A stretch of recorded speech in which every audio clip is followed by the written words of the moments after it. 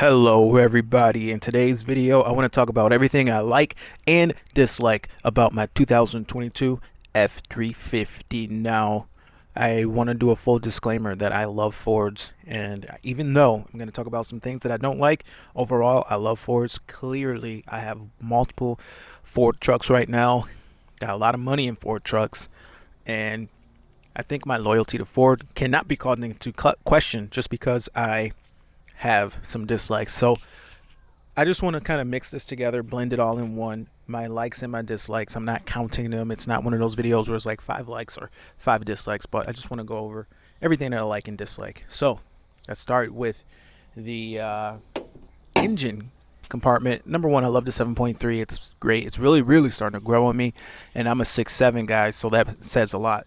But the 7.3 engine is phenomenal, and it's been pulling all our weights. No problem at all. Love the fact that Ford offers the dual batteries and dual alternator setup. So 397 amps of charging power plus 2 batteries. Very nice.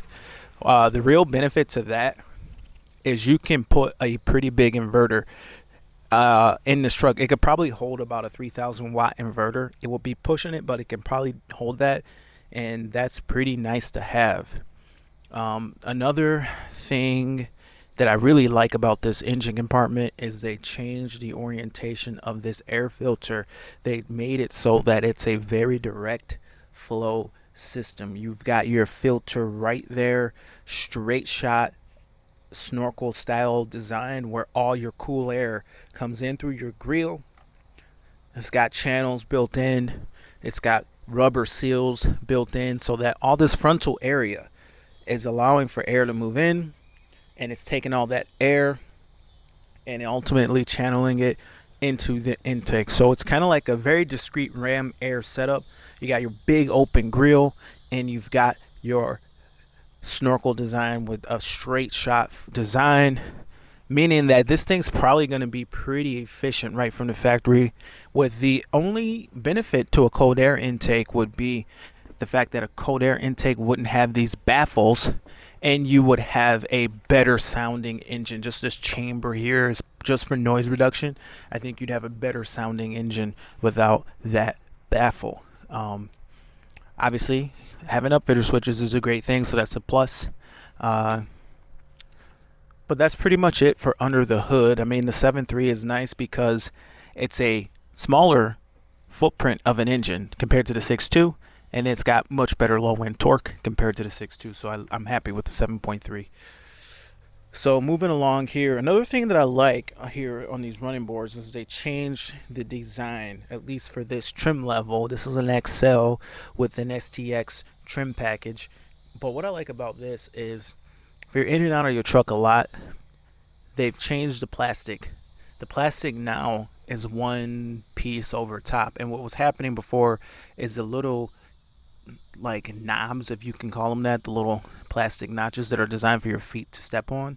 They were all separate in the outgoing model. Here you can see in our 2019, each individual piece is separate. And what would happen with some owners is they would find that these would break and come off, and then your whole step is compromised. Now, in our situation, we haven't had that issue, but that design on the new one allows for a lot more coverage and protection, because this is just a aluminum. This is just polished aluminum, so that is a plus in my opinion. Moving over to the interior of the truck, one of the things that I really like on this XL trim is the fact that this cubby is now open, and this actually turns out to be extremely useful. When someone's sitting in here and we're working, this passenger makes use of this space, which is otherwise a wasted cubby. By having that door on it, like the outgoing model, that you press a button and it opens, it actually ends up being something that never gets used. Literally nothing is in there. But with it being open, my workers will put their phones there, their keys, whatever. They put all kinds of stuff there. So that this little simple idea to open this up instead of putting a door there and putting a tray right here has created a ton of utility for the truck. And when I first initially saw this from sitting here in my position, I kind of looked over and saw it and said, oh, they cheapened these up a little because they got rid of that door. Well, yeah, I guess they did cheapen them up, but it also is a lot better. And I do not believe on the higher trim levels you get the cubby, but I think it would have been fine just to take it across the board, platinums, lariat, whatever, and make that open, because that is way more useful than having a door there, in my opinion. So that's a huge plus. Another thing that I love about this truck is the camera package. Let's see if it works. No, it doesn't work. So that will be a dislike. The cameras didn't work from the factory. Sometimes they work, sometimes they don't. But when they're not working, you put it in reverse and it's just a blue screen. But sometimes when I turn on the truck, the cameras do work. This truck's going to get dropped off for repair for that issue. But with the camera, when you are driving and you press the camera button, it allows you to look in the bed of the truck, which is super useful. Not only that, if you have an auxiliary camera, which we do have on our trailer, it allows you to look behind the trailer while the vehicle is driving and essentially turns your screen into a rear view mirror. Very useful, and it doesn't turn off until you press a button again. So if you have an RV and you have the trailer camera system, then you can literally press the camera button and you can see behind the truck while it's driving on the freeway until the truck turns off. Now this will get fixed. It's a simple issue, and lately with things going on, typically when you get a new vehicle, there's a little something wrong with it. So not a huge deal, but just a small little issue. Now for some things that I dislike. So Trailer Pro backup, I don't necessarily just dislike this, but it's just something that I think a lot of Super Duty owners don't use, and I feel like the money could be better spent somewhere else. But it's just something that just doesn't get used, in my opinion, and I never really had a chance to do it. Although it is very high tech and it's kind of cool that it can do this, I just don't see it being something that should be forced on us. I just never, use it, and it requires some setup and stuff, and it's just, maybe one of these days I'll get around to actually trying it out, but I just literally never had an opportunity to try this out. So there's that. Another dislike is these 350 Springs. They have added an extra leaf compared to the 250s, but when I did a squat test next to my 250, this F350 squats the same amount as my 250. So I feel like the 350 Springs aren't really performing that much more, if any, compared to the 250 Springs. But maybe they are a little bit better when you're actually driving the truck and towing with it, maybe.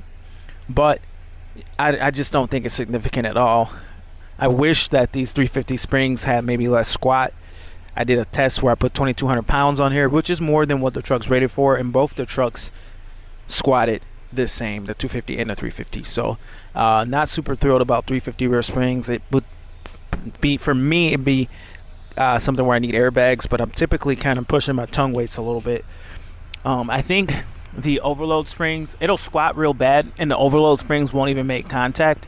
So I feel like, the overload springs are kind of a wasted item, and I feel like if they were going to be here, then that perch or that spring contact point should be raised or lowered down a little bit so it makes contact. So if you have maybe 1,000 pounds on your hitch or 1,500 pounds on your hitch, then it would actually contact and provide a difference. And I'm just not seeing a difference when you're hitched up to 1,000 pounds compared to a 250. I'm just not seeing the value there. As far as dislikes continue, it's hard to find anymore. Like I say, overall, this truck is pretty good. The camera didn't work, so that's an issue, but I'm sure it'll get fixed. What else is there? I really wish these seats at least went up and down, at least for the driver. And let me swing over to the driver's side. Over here on the driver's side, if you're short or whatever the case may be, you might not be able to drive this truck because the seat does not have any way of going up and down. It only is stationary and can slide back and forth, but as far as going up and down, it cannot do that. So I kind of wish, even if it were mechanical, the seat can go up and down. That way all drivers can fit in here. I personally think it's set okay, not a problem for me as far as the height, but I wonder if I would ever run into someone who's kind of short and can't make this work. I don't know if that would ever happen, but The seat does not have enough movement or enough adjustability, in my opinion. As far as that is concerned, though, the dislikes kind of in there. I mean, I just can't really find any more. The instrument panel is a little dated, but this is very good for an XL work truck.